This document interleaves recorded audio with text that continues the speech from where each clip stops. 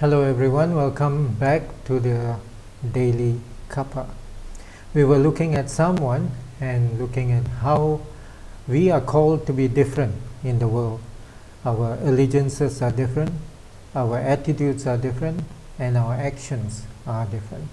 Today, as you go back into your workplace, as you go back into your office, as you interact with colleagues, how are we supposed to keep up our differentness, the differences between us as people and children of God and everybody else around us? Because the pressure from the world around is very strong. So the Word of God gives us, again from Psalm 1 verse 2, gives us a clue. But his delight is in the law of the Lord, and in his law he meditates day and night. The word delight here indicates longing. It's something that we desire, it's something that we long for, it's something that we work hard for. You know, in those days when I bought my first guitar, it was probably about 100 something ringgit way back then, and it was something that I longed for, it was something that I wanted. And so there were a lot of odds and ends, chores in the house that needed to get done. Collect 1 ringgit here, collect 2 ringgit there. A lot of hard work back then. And finally, I bought that guitar with my hard work because I longed for it. When we think about the law, it's usually not something we long for, because the law always carries a connotation of oppressiveness, a connotation of something I have to do, because somebody's watching me. I'm going at 110 kilometers per hour on the highway because, well, if I could, my BMW or my Jaguar or something, or Ferrari would probably go at 300 kilometers per hour, but because of the people who are watching or the cameras that are there, I cannot. The law always has that kind of a connotation. But in the Old Testament, the law always refers to the Word of God in total. It's not just the 10 commandments, thou shalt and thou shalt not, but it is instead the whole of God's revelation to us.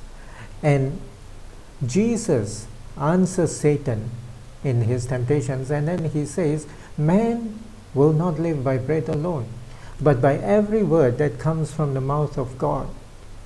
See, someone who has experienced God, someone who has experienced and interacted with God will know the sweetness of the Word of God compared to the attractions of this world. I had a friend in college, and during that time in the seminary, I think it was our first year or second year or some such thing, we all cramped into this room together, and he was always hanging out with us because he had no other life. Then one day he met a girl, and guess what happened? Every morning, noon and night, every hour, every day, every moment is spent away from us with that girl. And there was always that longing for the presence of that girl, company, her voice, her words, her letters, whatever it might be. In a lot of ways, that's what the word longing here means. His delight is in the law of the Lord.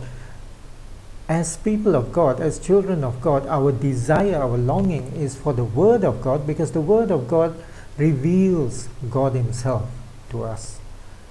We desire to know Him more. We long to know Him more.